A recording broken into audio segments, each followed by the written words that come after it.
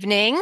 My name is Jessica. I am an environmental educator as well as administrative assistant and membership coordinator here at Quag Wildlife Refuge. I just wanted to thank everybody so much for coming down to my program. This is my first lecture program for the Wildlife Refuge, and it's a topic that I am very passionate about. So I am so thankful to have everybody join me today. So I guess we will get started. So again, hi everybody. My name is Jessica.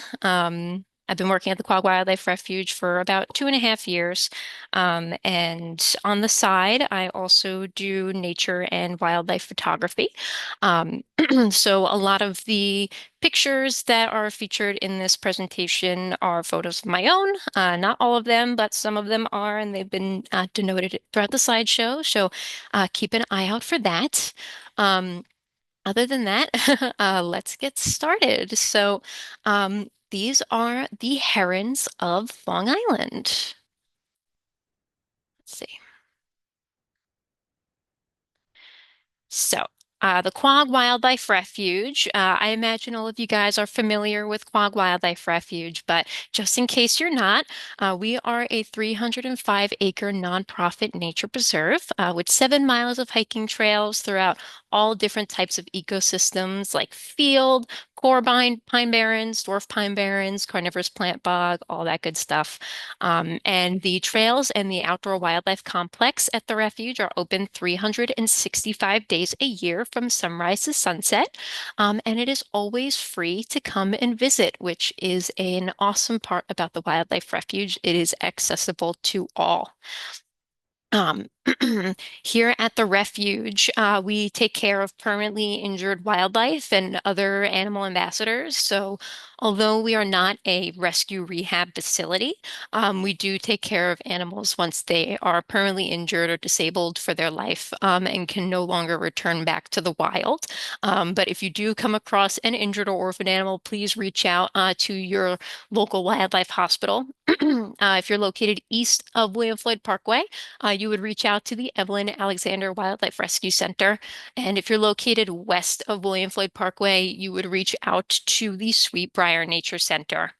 Um, our mission statement as a wildlife refuge is to serve as a responsible land steward of the historic refuge property and its natural resources, all while promoting, implementing, and supporting environmental education. So we travel from Montauk to Manhattan, teaching different environmental education programs to audiences of all ages. So we teach little kids up to fully grown adults. We visit libraries, schools, retirement centers, fairs, anybody who wants us. And we bring our animals and our knowledge, and we spread the good word about nature and conservation and environmental amazingness.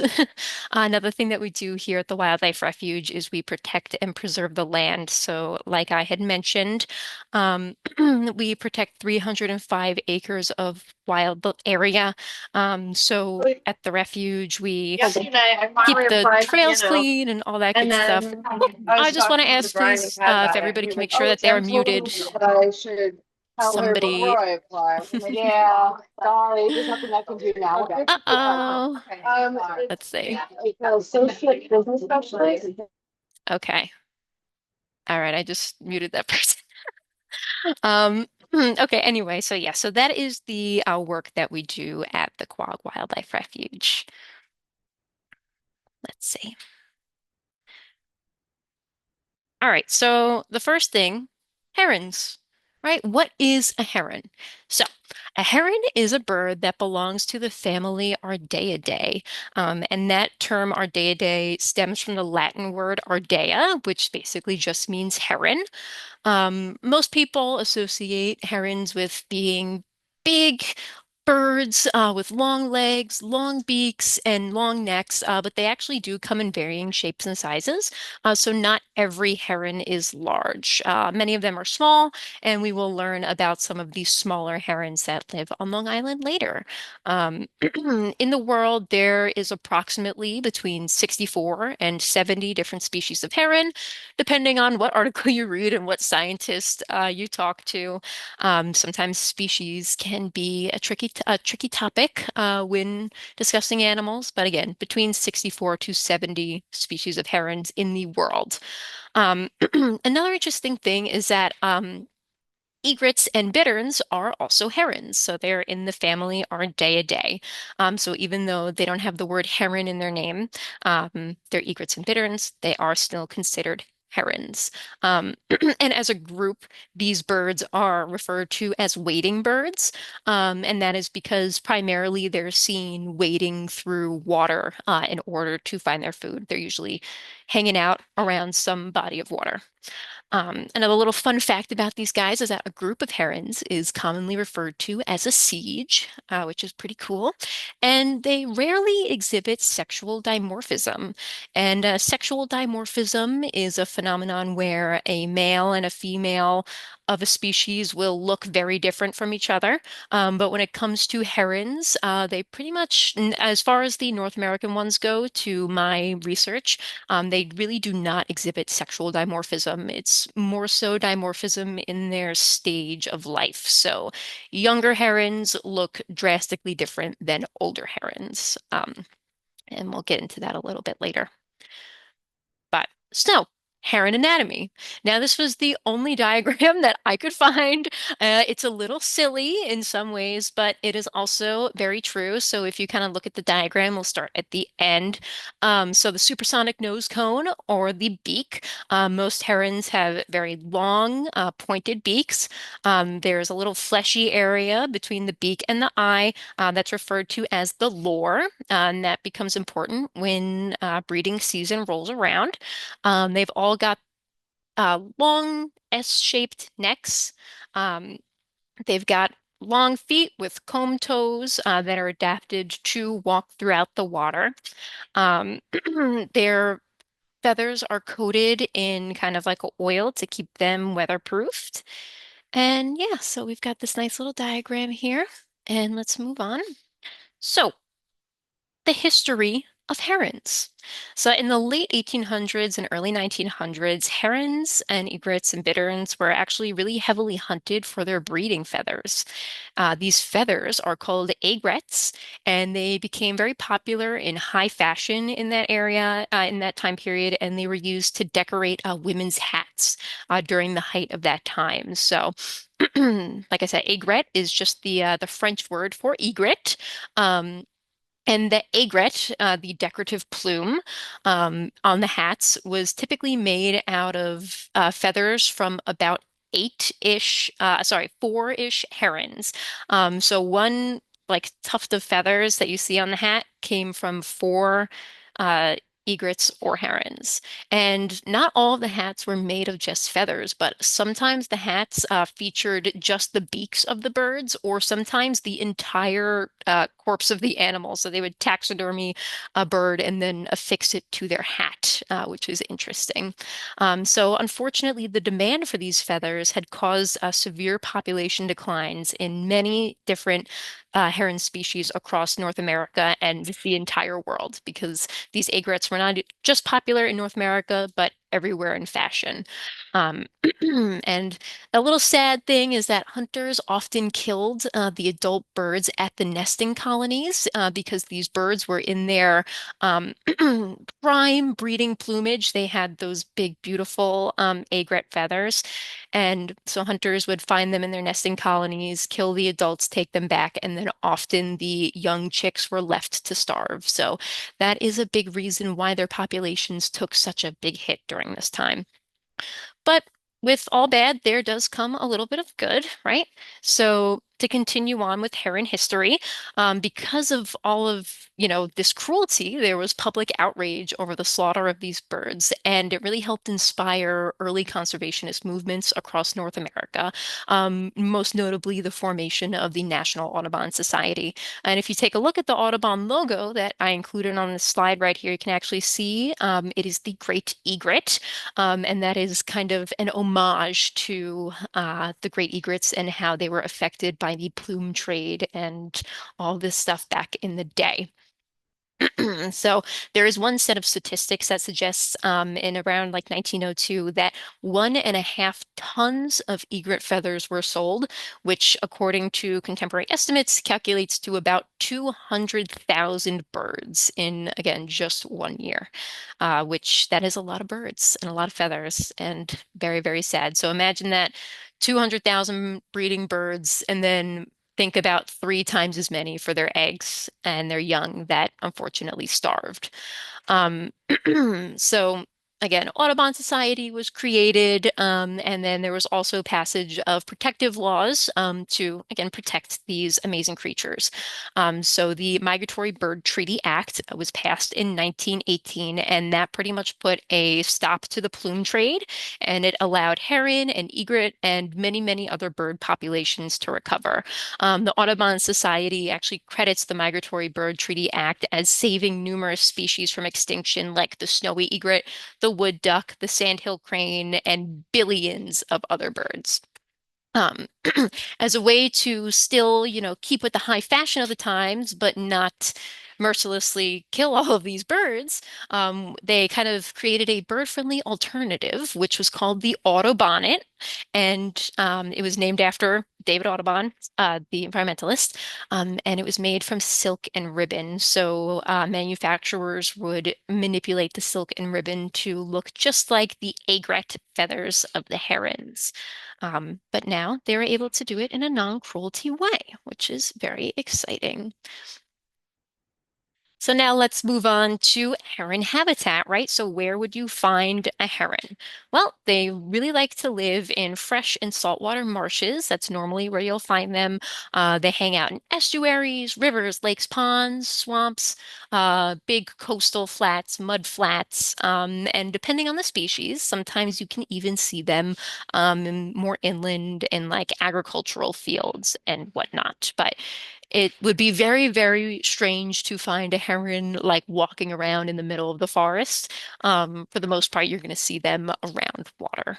Um, and when herons get together, it is also referred to as like a heron rookery, also known as a heronry. And these nesting colonies are typically located in tall trees in these types of areas, again, like in the wetland areas. And this really just helps them protect the eggs and their chicks from other predators who would be in different areas. And as you can see in these two photos I've included, the top one is from a place I've called Ibis Marsh, near where I live in Mastic Beach, where I see tons of egrets and herons and also ibises. Foraging around.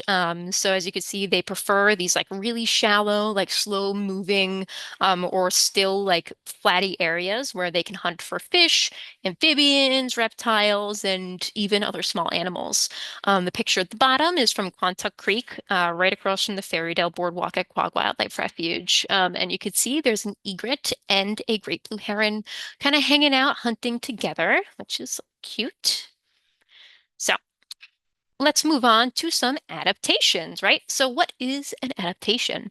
Well, an adaptation is an inheritable physical or behavioral trait that helps an organism survive and reproduce in its environment. And these features are developed over generations and generations through the process of natural selection. So there's two types of adaptations. You can have a structural or a behavioral adaptation. And structural adaptations focus on the physical features of an organism, while behavioral adaptation might more so be an action that an organism takes in order to survive. Um, So one of the first adaptations that I learned about while creating this program was powder down. And powder down are specialized feathers that are found on the chest of a heron, and they are constantly growing and they fray at the tips. They are very, very delicate. And so what a heron will do is they actually have a special fringed claw on their foot, and they take their toes in that special fringed claw and they comb those feathers. And in turn, those feathers break down into like a fine talc-like powder. And then as the bird preens, it distributes this powder throughout its entire body and it helps remove all the slime and the oils and the growtiness from all the fishing that they've been doing during the day. And it also helps them maintain the waterproofing of their feathers. So as you can see in the photo, that's a green heron, and somebody has kind of moved the feathers aside to expose the powdered down feathers. And even just by looking at them, you can see they're a different color. They look a lot more coarse than the other feathers on the bird. And yeah, kind of just a cool little thing. I had no idea that this was an adaptation of birds. But yeah, was very interesting to learn. And it's not just herons that have this actually. Pigeons have it, doves, tinamoos, bustards, and even some species of parrot, which is interesting. And then the birds that don't have these powder down feathers, they instead rely on a gland, kind of like in the similar spot. It's called the preen gland or the uropygial gland, and it that produces oils and it helps keep their feathers healthy and water resistant. But again, they don't have these special adapted feathers. Another adaptation that herons have that I thought was interesting was the phenomenon of gular fluttering. Um, so as you can see in this video, this is a great blue heron doing that gular fluttering, and gular really just means throat tissues. So they do this as a temperature regulation strategy. So they'll kind of partially open their mouth, stick their tongue out, and they'll flutter their upper throat muscles. And as they're doing this, the gular sac, which is like located in that area, is rapidly expanded to increase the speed of air that moves through the buccal cavity, which is the cavity around their face. And then as the air is kind of flushed through that area, the heat moves from the blood vessels that are closest to the surface, and then also through the moist membranes. So by doing this, they're kind of just able to cool themselves down on a very hot day, hunting through the salt marsh. And one last adaptation that I wanted to highlight with the heron is their cervical vertebrae.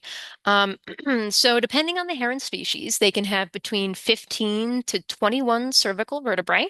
And let's compare that to mammals who only have seven. So that really already just shows you like how adapted their necks are, right? So we have seven cervical vertebrae, but these guys have between 15 to 21. And this little GIF that I put in the slideshow is of a green heron, and you can see how they rapidly extend that neck.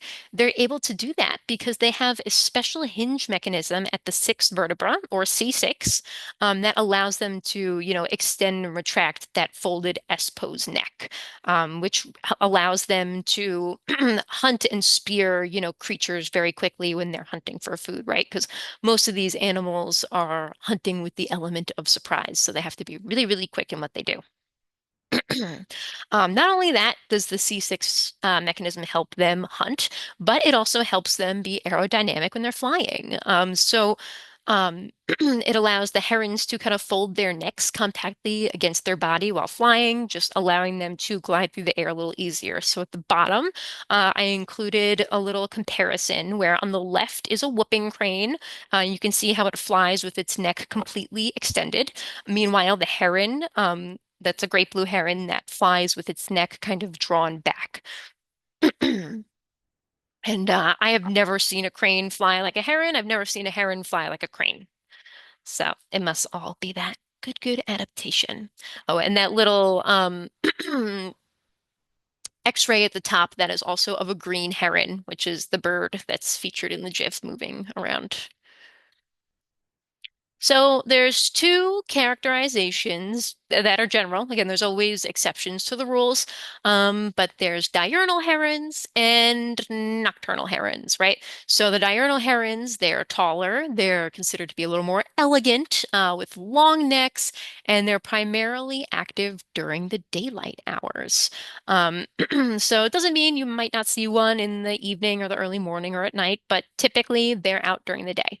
And now that is transposed against the nocturnal herons, right? They're usually active around sunrise, sunset, and nighttime hours, so they are crepuscular or nocturnal, right?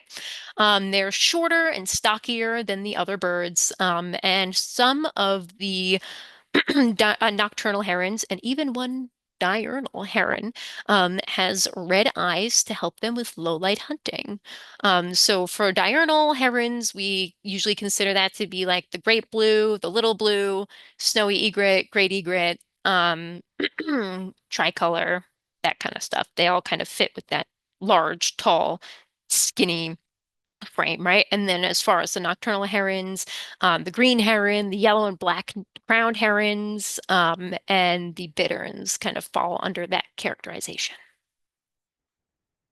So let's go over the different types of herons that you find on Long Island.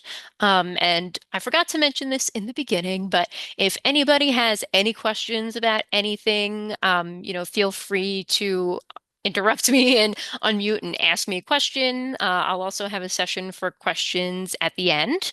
So yeah, that is also good. You could also feel free to ask any questions in the chat. But yeah, so I'll move on to the different types of herons on Long Island. So first off is the gray blue heron, my personal favorite heron. They are the largest heron in North America, and they have a really big range from Canada to the Caribbean. Now, a lot of people, when they see them on Long Island, they're often, incorrectly referred to as a crane just because of their sheer size. And I probably would have said the same thing before I was educated in birds. But they're not a crane, they are a heron. And like most all herons, when they're hunting, they kind of stand motionless and scan for prey as they wade, with big, long steps throughout the water. Um, and they may move slowly, most of the time they do, but when they strike lightning fast to grab a fish. Okay, let's.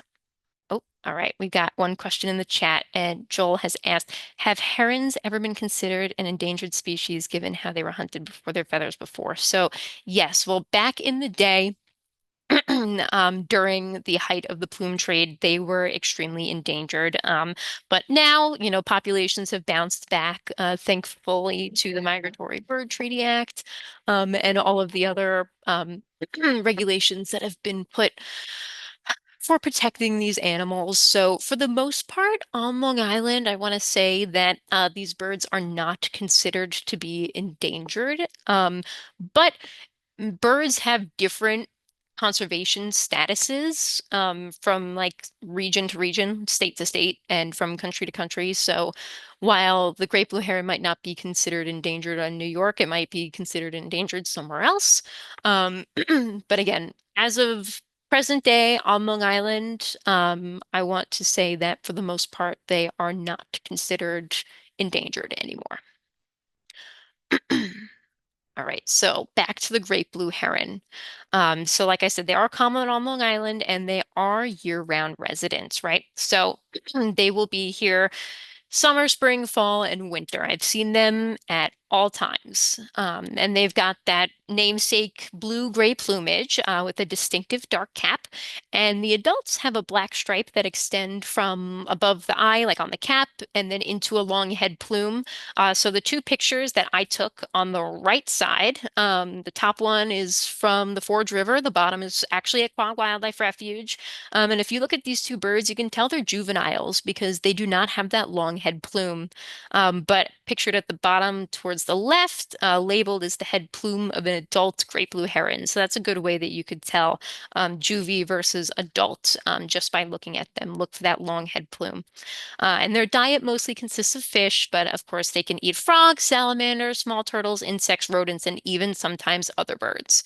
Um, and, these birds aren't typically, visitors to a backyard, but they are a lot of the times unwelcome visitors to yards that include fish ponds. So if you have a fish pond in your backyard, something that you could do to defend against the great blue heron is put like some drain pipe placed in the pond so that the fish can have like a little place to hide from the herons. You could also put like a fine like mesh netting above them just to prevent it, or some kind of like fake predator in the area, like a um, shadow, like one of those wooden shadow cutouts of a dog or a person, kind of almost like a scarecrow, just to like keep them away from your fish pond.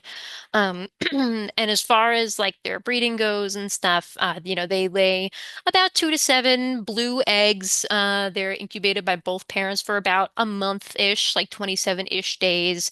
And up on Long Island, they pretty much only have one brood per year, but sometimes down in the south, they'll have about two.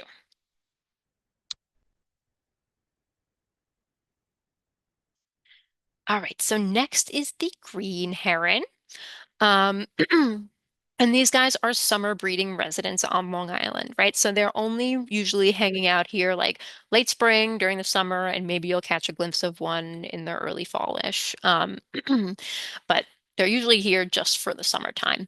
But they range all the way from Canada to Panama, and down in like the deep south, like northern South America and the West Indies area, they are year-round residents.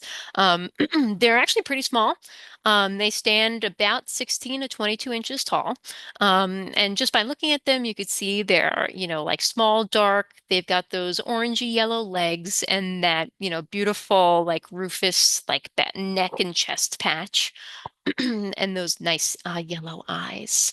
Most of the time, they're solitary and they're pretty secretive birds.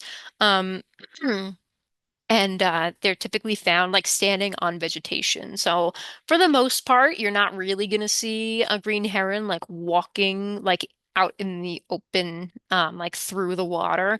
The picture at the bottom, you can see it is, but most of the time they'll be perched on a branch or a reed or something. Um, again, 1 to 2 broods a year, and usually about 2 to 7 young per brood. And they've got these like pale greenish blue eggs, which are pretty cute.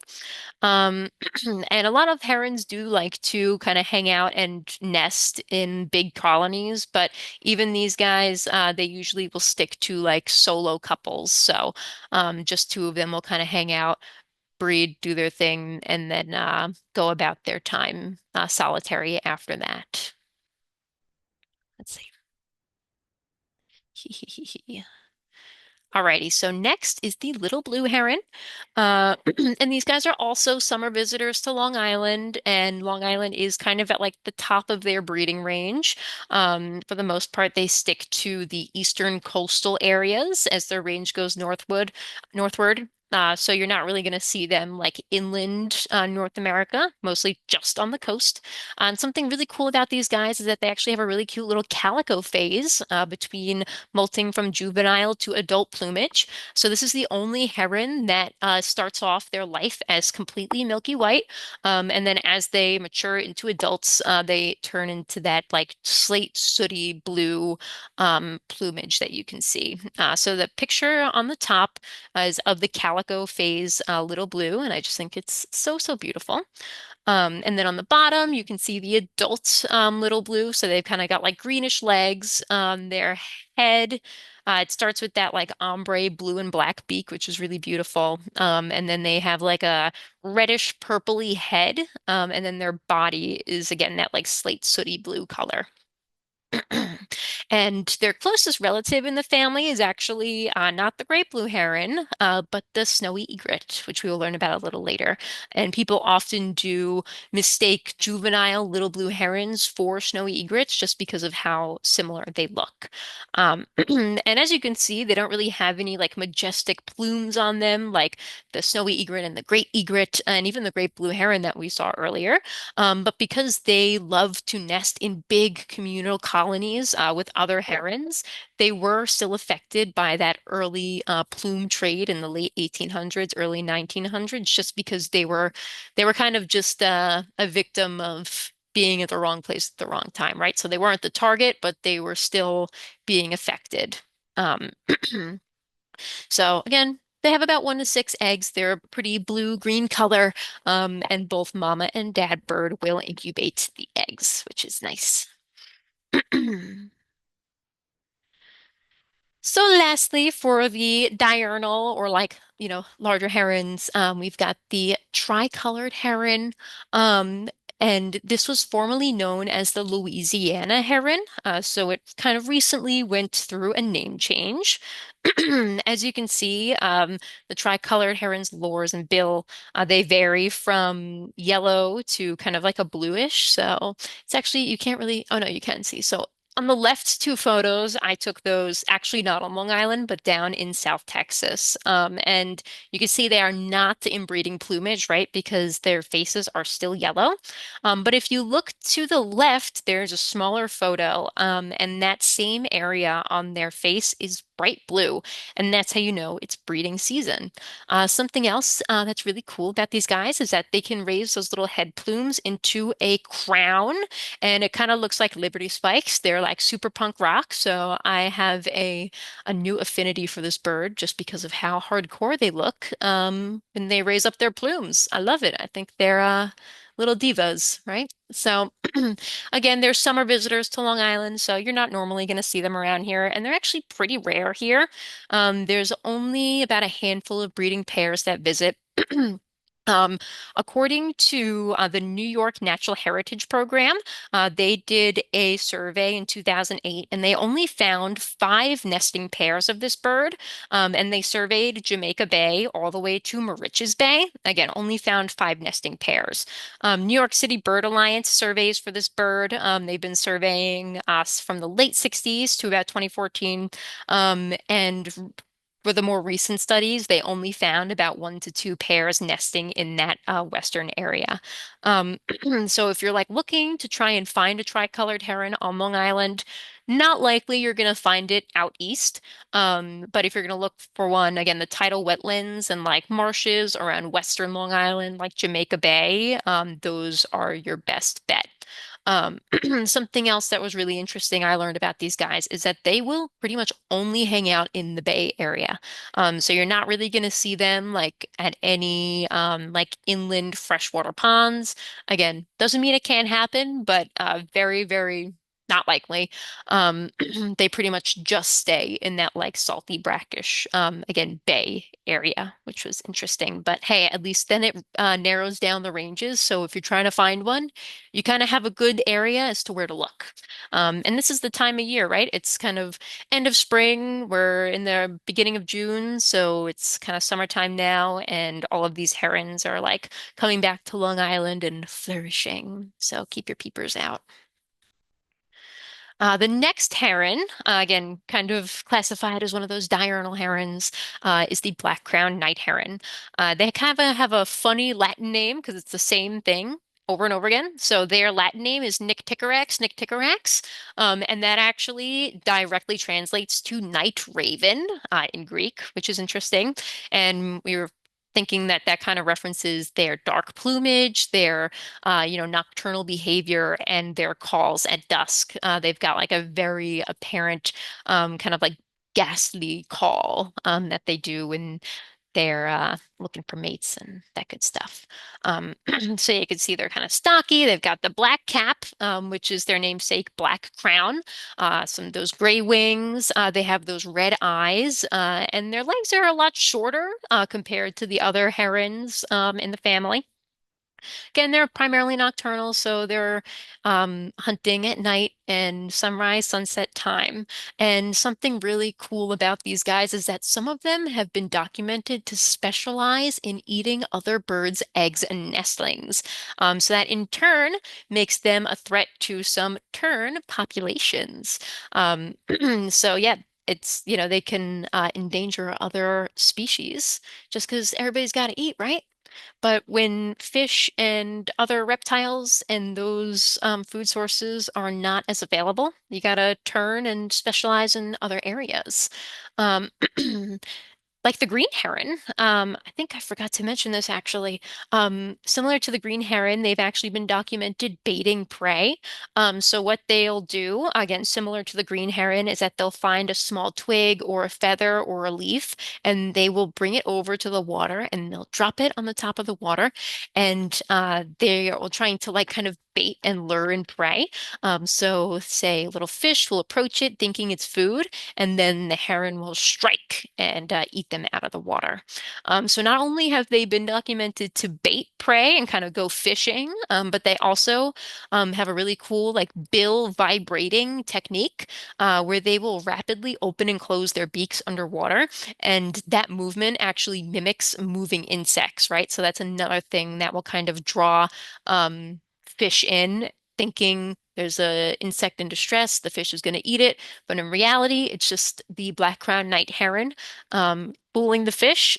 Then he gets dinner. Alrighty, so let's cover the other night heron that is on Long Island, right? So the yellow-crowned night heron, Nyctanassa violacea. That is a tough Latin name. So these guys have that yellow-white crown. That's where they get their name. They have these really awesome, like bold facial markings in comparison to the black-crowned night heron.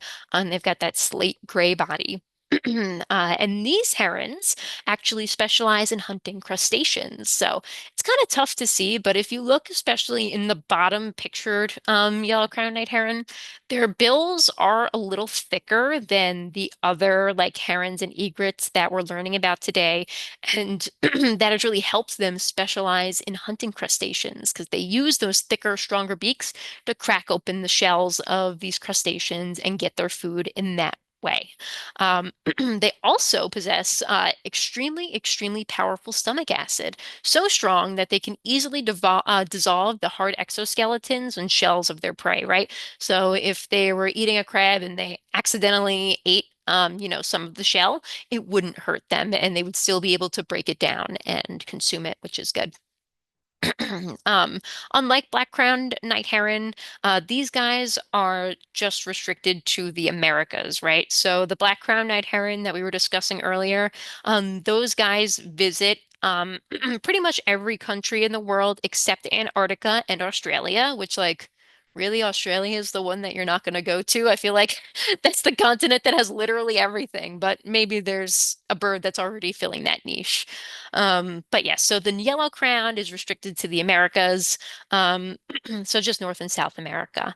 Um, And also, unlike the black-crowned night heron, these guys are a little less wary of people, right? So the black-crowned night herons, they're very, very shy. They really hate people, but these guys, not so much. And sometimes you can actually see these types of birds striking up little communities in wooded neighborhoods and nesting on rooftops and like garages and driveways and stuff. So they're a little less scared of people.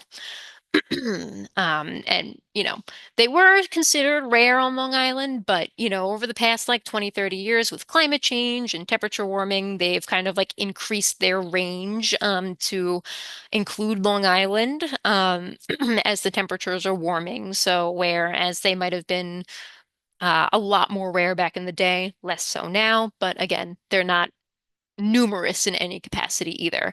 I have not seen a yellow-crowned night heron on Long Island. The two pictures I have featured on this slide, the top one is from South Texas, and the bottom one is from Grenada, West Indies. So I have yet to see this bird on Long Island, but is definitely on my list, and I really hope I see one soon. Um, these guys, a little fun fact, in September of 2019, this bird was named the official bird of Houston, Texas. Alrighty, so let's move on to the egrets, right? So the great egret, what I like to affectionately refer to as Greg. They are a stark white bird and they've got those black legs and a yellow beak with those long plumes during breeding season and green lures. So remember I said that the lure is the patch of skin that's between the eye and the beak. And in the photo that I included on the slide at the bottom, that is a great egret that I took a picture of over in West Hampton Beach about a year ago. And you could see it's kind of just about to get into that breeding plumage, like near the eye and kind of back in that area. You can see it's kind of just starting to turn green. So he's probably just about to enter into breeding plumage. And on the picture at the top, I captured that at the Forge River, that you can really see those egret plume feathers on the back of the bird. And again, those really only come about um, during breeding season for these guys. So they're very numerous. If you see a bird, an heron, again, it's most likely a great blue heron or a great egret. They're very common and they're most visible in like late spring, summer, and early fall, but they're here for the most part year round. I mean, it's a lot harder to see them in the winter, and I don't know if that's just because they camouflage really good or maybe some populations might migrate, but I have seen them year round on Long Island. So I'm going to say that they are year round residents. And unlike some of the other birds, instead of communicating through sound, they like to communicate through body posture, like posture of their neck, as well as like the posture of their plumes. So they can kind of like raise and lower their plumes to talk to other egrets and say, hey, let's make little egrets. Yay. Um, these guys, they're semi-big, not as tall as the great blue heron, but they stand at about 3 feet tall and they've got like a 5 foot wingspan, so they're pretty large. Um, and they're surprisingly fast. So with just 2 wing beats per second, their cruising speed is about 25 miles an hour. So that's pretty good, right?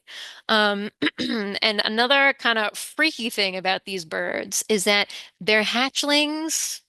They're problematic, guys.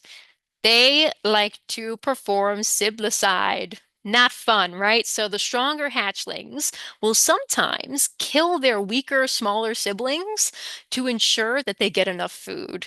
Again, this behavior is known as siblicide, and it's an evolutionary adaptation that really helps the strongest chicks survive when food is in short supply. So it doesn't happen always, but if there is a season where food is a little more sparse than usual, a lot of times these birds will resort to, again,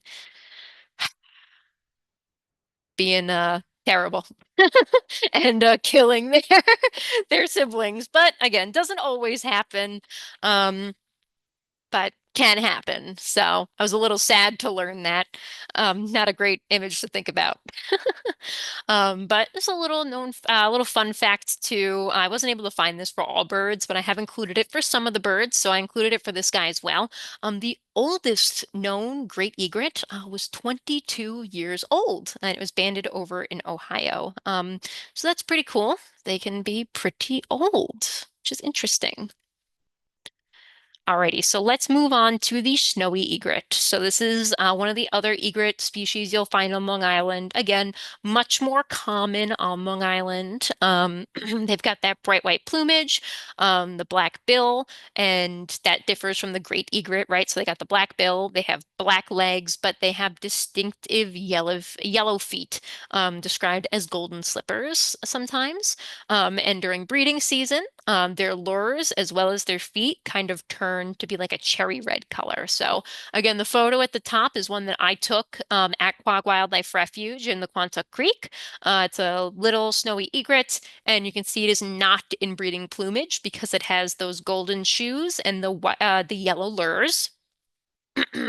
Something different about this species of egret is that they hunt in a way that pretty much no other herons, egrets, or bitterns hunt, right? So they are extremely active and kind of like frantic. So instead of like moving slow through the water, being methodical and meticulous and intentive when hunting, they just go crazy, right? So they will run around, they run, they dart, they stir up water from their feet, and then they kind of flush out fish and crustaceans that way.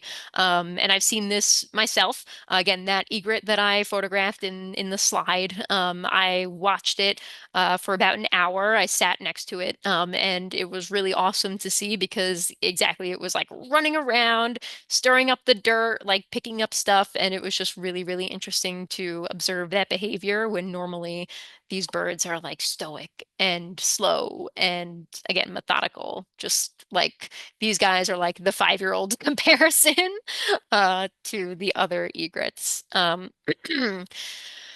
So these guys also like to hang out in mixed flocks with other wading birds. So again, they don't really typically hang out like with huge groups of snowy egrets, but they will hang out in groups of other birds. So they'll hang out in groups with ibises and great egrets and other herons and stuff, but not necessarily snowy egrets.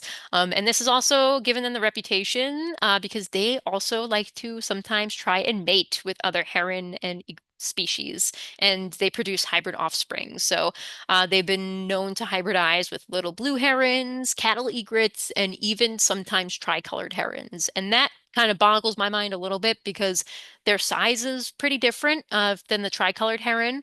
I could kind of see them like trying to breed with like a little blue or a cattle egret, right? Because they kind of look similar to a snowy egret. Like I mentioned earlier, like the juvenile little blue heron looks almost exactly like a snowy egret.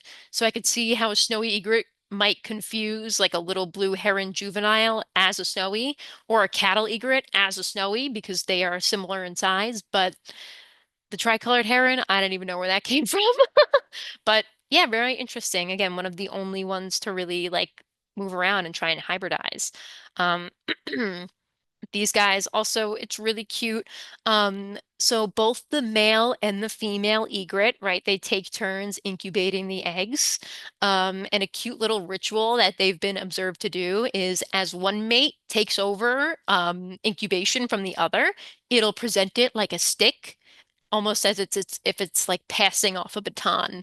So the one parent will come to the incubating one, give them a stick, and then they'll take that stick and then go and do their thing, hunt and look for other areas to live and stuff while the other parent is sitting on the egg. So that's just some cute little cooperation between those guys. And both of the parents actually do continue to care for the young after they hatch, which is not as common.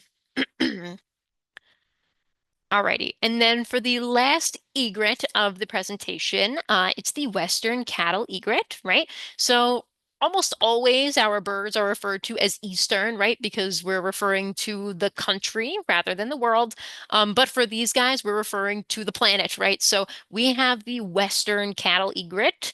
The Eastern cattle egret is native to like Asia area, that those continents. So not on Long Island, not in North America, but again, we do have the Western cattle egret. Again, I have never seen one on Long Island personally. The one I have in the photo here is from Grenada, West Indies. But I have seen reports of these guys being out in Montauk and like out on the east end of Long Island. So they do visit and they are here. Um, Again, they are kind of recently coming to Long Island, having expanded their range. From Africa into the Americas in the 20th century. And then as climate change and all that stuff is kind of going over time, they have spread northward as the years go on. So as you can see, they're short, stocky, they're white. And during breeding season, they've got this beautiful, like rufusy egrets and feathers that grow on their heads, their chests, and on the tips of their wings. And unlike all of the other heron species, these guys can actually be found in dry fields and pastures rather than the wetlands, right? So they prefer to hunt in big open fields. So they eat insects and small prey that are stirred up by livestock, and they've also been documented to follow tractors and lawn mowers in big agriculture fields to take advantage of those disturbed insects. When I've seen them in the wild, I have seen them just like solitarily, but for most of the times I've seen them in the wild, they are perched upon the back of a cow.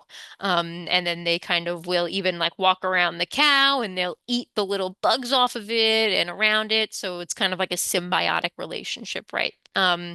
So they kind of the cow benefits because it's got less bugs crawling all over it, and it's less exposed to disease. And then the egret benefits because it's got a whole walk-in buffet that it can just perch upon its back and eat at, which is pretty cool.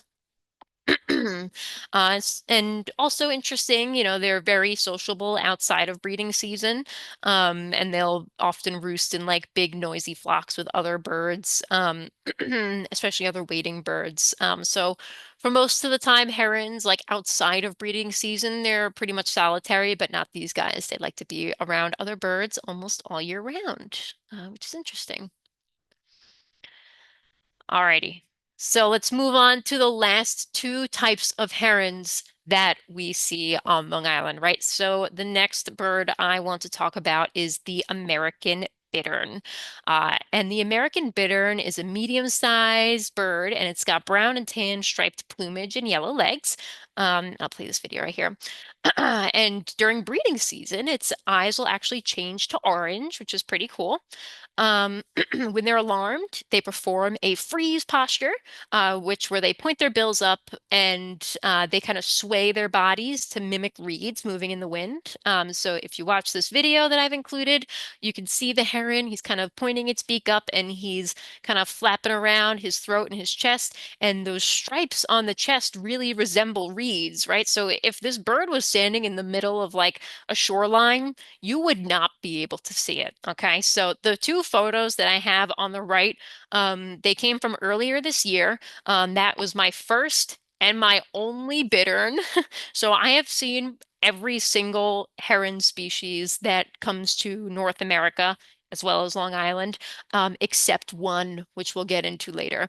But the bitterns were both, they were all on my list because I had never seen a bittern.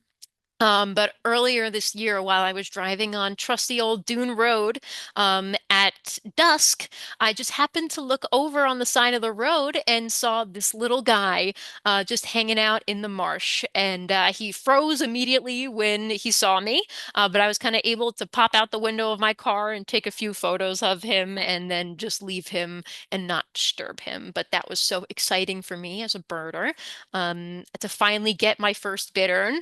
Um, so they're extremely, extremely elusive, right? So these guys, again, normally not really out in the middle of the water. It's kind of hard to tell in the two pictures that I included here, but it kind of was standing like on the edge of the water. I just kind of came up from it from the back, so it's a little harder to tell that.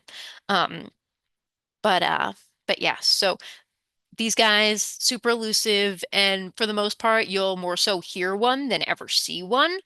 So they've got these like loud, booming, like clackly gulping calls, and they have earned them some pretty colorful nicknames. So they also have the nicknames of Thunder Pumper, Water Belcher, and the Stake Driver, just because of how piercing and insane that call is. I highly recommend you go onto YouTube and look it up. It is very interesting. And just to like talk about heron vocalizations for a quick second, I didn't include any in this presentation because I wasn't sure if the sound was going to play on the PowerPoint. But I do encourage you to either hop onto Merlin or even just YouTube and Google, the sounds that these birds make because they're really, really interesting. Most birds, like passerine birds, they sing songs and they've got beautiful whistly calls. Meanwhile, like every heron they've got like these crazy, like, I almost akin them to like a burping call. Like they're like croaky, burpy birds. Very interesting, very cool. Please check it out after this presentation. Um, And the oldest ever recorded American bittern was 4 years old. And it was, sorry, was 8 years and 4 months old. And it was found in Ontario. So lastly, the last but not least heron is the least bittern. And they are the smallest heron in North America, right? So they're pretty similar in size to a pigeon. And they're about 11 to 14 inches long at the most, right? So they're really, really tiny. Um, and for the most part, they almost exclusively kind of hang out on twigs and branches and reeds, right? So you will really almost never see these guys like wading through the water. Because they're so small, they're a lot more vulnerable, so they really, really have to capitalize on that camouflage aspect, right? And just being small. They're also considered to be a bioindicator species, right? So a bioindicator species, if you're not familiar, um, is a species of, plant or animal that really tells you about the health of an ecosystem. Um, so there's a lot of animals that are extremely specific and dependent on healthy ecosystems. So if an ecosystem is not healthy, it is not going to live there. Another good example of this, while not a heron, is the American river otter. They've been kind of increasing in populations on Long Island over the past few years. We've seen them at Quag Wildlife Refuge. We've caught them on our trail cams and whatnot, and that is, really, really good news for us because they are bioindicator species. They're very, very picky about where they live, and if an area is not clean, they're not going to live and, hang out there. So the fact that we have river otters here at the Wildlife Refuge must mean that our water and our area is very clean, very healthy, very safe. That makes me very happy because it's good habitat for them, right? So if you look at them, they've got that really compact body, short neck, that amazing, chestnut black plumage. And in breeding season, those lures change to cherry red. So if you're looking at these pictures that I included, again, sadly, I've never seen a least bittern. So I don't have any pictures, but these are some pictures that I pulled off the internet. And the top one, you can kind of see the lures are just kind of starting to change red, while the one underneath that, it's still very bright yellow, so it's not breeding season then. Extremely elusive, extremely secretive, just like the American bittern. You're never really going to see it in the open water. And surprisingly, they're actually really agile flyers. But that helps them because they can easily navigate through like the tightly packed, like thick wetland vegetation that they're living in. So again, they're usually hanging out in the salt marshes, which is very, very dense. So they're able to like fly between all those tiny little like cracks and crevices, which is really awesome. On Long Island, they are considered uncommon and rare. But again, that's just because they're a bioindicator species. And we're just kind of like at the top of their range. But something that I learned about that was really, really interesting was that there's actually a very, very rare dark morph of the least bittern, right? And it's called the Corey's least bittern. And I included that photo, well, drawing really, because it's so rare that there really aren't any good pictures available. I just picked this scientific drawing because I thought it depicted it best. It's got that black bill, the entirely black back, and that like rufous chestnut cheeks and belly. But there's none of that like light colored beigeness. And if you also look, the legs are like almost like a little greener than the other least bittern. And they were actually considered to be like a completely different species, but not anymore. I think it's more so they're just a different morph of the least bittern. They're not a completely different species entirely. But because this bird was like so distinctive and so different from its like other least bittern counterparts, it became very highly prized by bird collectors. And unfortunately, they were hunted basically to the edge of extinction, starting in the late 1800s. So when they once were seen frequently, ranging from Florida up to the Great Lakes, especially like near Toronto area. Um, Unfortunately, now there's only about 7 to 8 confirmed records of this bird since 1973. So it's still out there, but it's extremely, extremely, extremely rare. So yeah, that was very, very interesting. Something that I learned while putting together this program. Like I learned so much about herons while putting this together. And one other little interesting factoid about these birds is that researchers had actually tracked breeding least bitterns in Western New York, and they found that one pair of birds actually used about 24 acres of area while feeding themselves and their offspring and like their territory. So that's about the area of like 10 city blocks. So that is a big portion of territory for such a small, tiny little baby bird, right? So that kind of concludes all of the different types of herons that we can find on Long Island. But there's still, some things to talk about, right? Like the challenges that herons face out in the wild. So I've included some upsetting photos here. You can see some great blues and some egrets, like this one great blue in this beautiful water area just to be adorned by some lovely tires in the back. Some herons just walking around a street because they have nowhere else to go. A great egret picking through some garbage, hoping for a fish or a reptile or something. And then another little great blue here depicted stealing fish from a garbage can in the middle of the road, right? So there's a lot of things that herons face, and they're pretty much all anthropogenic, right? Which means caused by humans. So all of these challenges are because of us, right? But there are things that we can do to, help them out.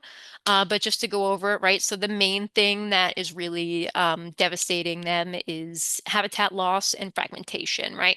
So the wetlands that they live in, they're being drained, developed, and altered for condos and golf courses and agricultural fields. And, this really reduces like their hunting territory, nesting and feeding areas. And, they're just losing places to go, right?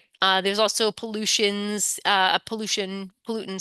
pesticides and herbicides, right? So when you spray anything, a pesticide, an herbicide, anything, it's leaching into the ground and it's getting into the groundwater and it's affecting, not just your yard, but the bay and the creek and the river and all the animals that inhabit that area too, right? So the pesticides and the heavy metals, they they accumulate um, and whether through, physical interactions like entanglements, or like swallowing these things, there's also bio magnification that can happen where, smaller animals like amphibians and fish are, intaking these heavy metals, and then in turn these other birds are eating them, and they're also getting even higher um, concentrations of these pollutants in their bodies, which is, not really helping them out.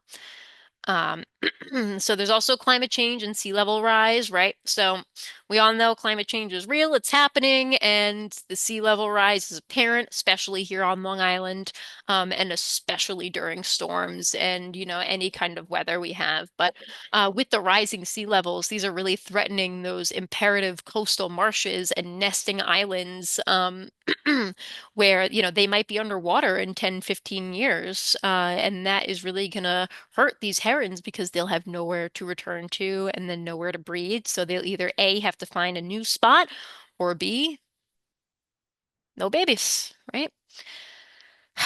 Yeah, not only that, there's like the nesting islands, but also like food availability and like the changing weather patterns can affect them. So it's just a whole big thing. Um, So again, I also listed human disturbances. These are all human disturbances, but more so like recreational activities like boating and, development. Like doing those kinds of things near these nesting colonies can cause the birds to abandon their nests, or it can just generally reduce the breeding success, right? So if there's loud boats that are driving past a heron nest every single day, Mama Heron might get freaked out and then leave her babies and you know, they're going to starve. There's also entanglements and ingestion hazards. Again, this also kind of falls under pollutants, but I just wanted to highlight it. Fishing line, hooks, plastic debris, literally anything that can injure herons. They can become fatal if they're swallowed, mistaken for prey, or even wrapped around their bodies or their necks or their faces. I mean, I've seen so many herons and egrets with fishing hooks stuck in their beaks and their legs and their wings and their necks are tied up in fishing line, and it's just like horrible to see. It's so sad. So please dispose of those things properly. Um, and I also wanted to mention that if you ever see an injured heron, please do not approach it. These birds are kind of ruthless, and they all have those pointy, stabby beaks, right? They will target your eyes with the beaks, so be careful. It's not even just herons that do this. Gannets will do this too. Pretty much any bird with like a long beak, they will target your eyes and go stabby, stabby right to them. So please, if you find an injured animal, do not try and pick it up unless you are a licensed rehabber. Again, if you're east of William Floyd Parkway, call Evelyn Alexander Wildlife Rescue Center. If you are west of William Floyd Parkway, please call the Sweetbriar Nature Center, right? These two organizations are highly equipped with licensed rehabbers who are able to properly deal with these animals. So please do not attempt to approach an injured heron because bye-bye eyes. And just a few places on Long Island to find herons, right? So you could come to Quag Wildlife Refuge. We're open every single day of the year from sunrise to sunset, and it's always free to come visit us. Here at Quag Wildlife, I have seen great egrets, snowy egrets, great blue heron, green heron, black crowned night heron, and probably some more that I forgot. Um, Another place to go birding and look for herons is on Dune Road, right? And that kind of stretches from West Hampton to Southampton. When I go birding, I like to bring my camera, hop in the car, start at the West Hampton Bridge, and just kind of drive Dune Road slowly all the way up because there's those amazing tidal, salt marshes on both sides of the street. And that's where I saw my American bittern. I've seen snowies, great blues, greens, great egrets. I know people who have seen night herons over there. So again, just another like awesome, awesome place to find herons, especially, hyper local to Quag. Um, you could also head over to Elizabeth Morton National Wildlife Refuge. So, although I have never been there before, I have had many people I know go there and say that they have awesome experiences seeing herons there. They've got some good beachy, like tidal areas there as well.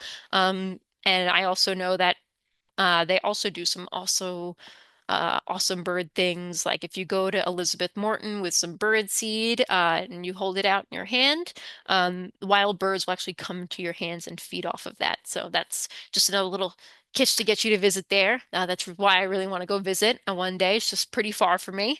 Um, Another spot is Gibbs Pond over in Nesconset. So I know it's a lot more west than these other things, but me and a friend have gone there many times, and there is a little resident green heron that I've seen there many times. I've also seen great egrets and great blues there as well. So again, just another little good spot. Jamaica Bay Wildlife Refuge, out in Broad Channel. Specifically, you could go there to try and target the tricolor heron. Again, there's usually about 1 to 2 mating pairs that come back to Jamaica Bay every year. So if you're really trying to see a tricolor on Long Island, that's probably your best bet is to go out to Jamaica Bay. Another spot I've never been to, but it's on my list. I want to go there so bad because I know they have got herons for days, right? Um, there's a place over in Brookhaven, which I love to frequent, called Fireplace Neck. And it is a long gravel path that ends in the beach. But on both sides of that path, there is just like huge open spans of salt marsh. Again, I've seen tons of different herons and egrets there, which great spot. And lastly, I just wanted to shout out my local wildlife refuge, Wertheim National Wildlife Refuge over in Shirley. I've seen many types of herons there as well. It's another beautiful, beautiful wildlife refuge on the Carmen's River, and that's a great ecosystem. Again, um, can support a lot of amazing birds. Um, so yeah, thank you guys so much for again carving some time out of your Wednesday evening and learning about herons with me. I just wanted to open the floor to see if anybody had any questions. I'm not an ornithologist, but I'll do my best to try. You can feel free to unmute and ask me, or you can also ask in the chat. Whatever you would like. But otherwise, again, thank you so much for joining me. This lecture was recorded and will be sent out to everybody probably tomorrow. We'll also upload it to our Quag Wildlife Refuge YouTube channel. So, um, yeah, I will hang out here for a minute if anybody, again, has any questions or anything. Um, yeah, the great blue heron is my favorite heron. I actually have a tattoo of one that I got a long time ago. Oh my gosh, I am just seeing now that the chat the chat was blowing up, but I did not even see it. Okay, let's see. So, Jennifer Lucas said we have a nesting pair that come behind our house in Kings Park yearly, and they'd bring all the seafood for the babies. Aw, that's very cute. Odd we weren't on the water. Yes, but if you're near the water, then still a good habitat for them to hang out at. How many different species of herons are there total from Laird to Vera? Um, in the world, depending on who you talk to, again, it's between 64 to I think 70 species of herons. And in North America, it's pretty much all of the ones that I had mentioned in the slideshow. And then there's also the reddish egret, which is kind of bigger than the little blue, but looks very similar. And they also come in a white morph, which I have seen down in South Texas. They're very beautiful, but reddish egret is not coming to Long Island. So you're not going to see them here, but you could see them in the southern parts of the country. Let's see. Are they prey of other animals from Judith? Um, Herons can be the prey of other animals. I have seen like some bigger birds going for them, like eagles, can sometimes attack herons, but honestly, for the most part, like they're pretty big, so they might scrap with like coyotes or foxes, but on Long Island, they don't really have a ton of other predators. Let's see. All right, let's see. Oh no, Elizabeth Morton no longer allows patrons to feed the birds. That is so sad. I did not know that, so I'm sorry to spread some fake news about that. I guess we cannot feed the birds any longer.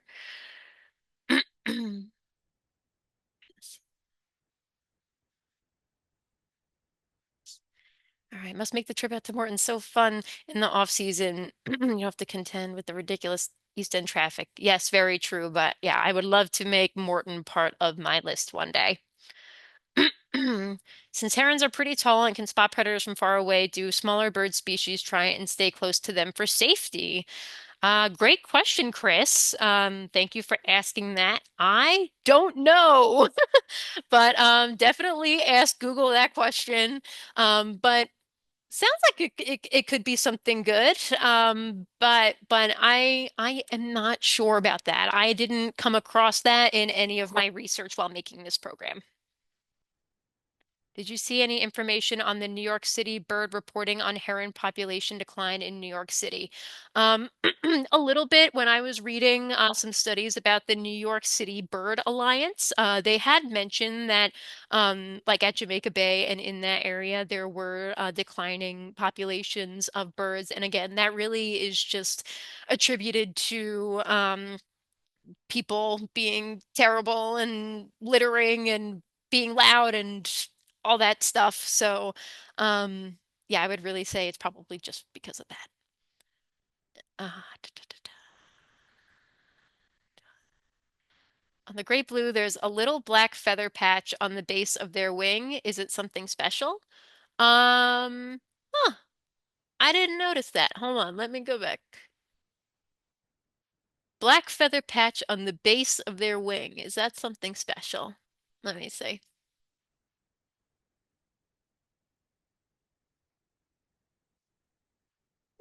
I don't know if I see what you're referring to. On the great blue is a little black feather patch on the base of their wing. Is it something special? I do not see the black patch. I would imagine probably not. Um, Thank you, Danny, for loving my photos. Yes, I do post them. And if you guys are interested and you have Instagram, please follow me at Winging It with Jess on Instagram, in case you want to see more of my bird pics. I do bird and wildlife photography on Long Island. I've posted pictures from my trips to South Texas, Grenada, West Indies, and again, my adventures on Long Island. So yes, you can see more at Winging It with Jess on Instagram. Shameless plug. Let's see. Where are the great blues this year? I haven't seen many yet. Same. I have not really seen too many great blue herons on Long Island this year. Again, most of the ones that I've seen so far, were down in South Texas. Um, I have seen a lot of great egrets this year, and a few snowies, maybe only one or two great blues. But yeah, I'm not really sure what the deal is this year, but maybe they're just being a little more elusive than normal. Yes, Jennifer, please email me the photo. And you can email that to info@quagwildliferefuge.org. Alrighty. Well, if that is it, does anybody have any other questions? Again, feel free to unmute and ask over the call or send it into the chat.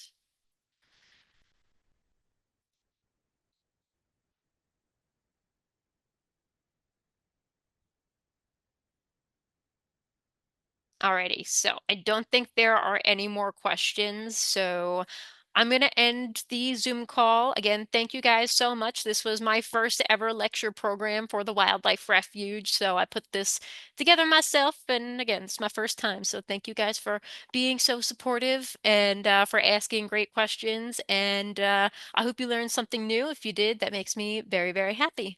So everybody have a lovely night. Goodbye.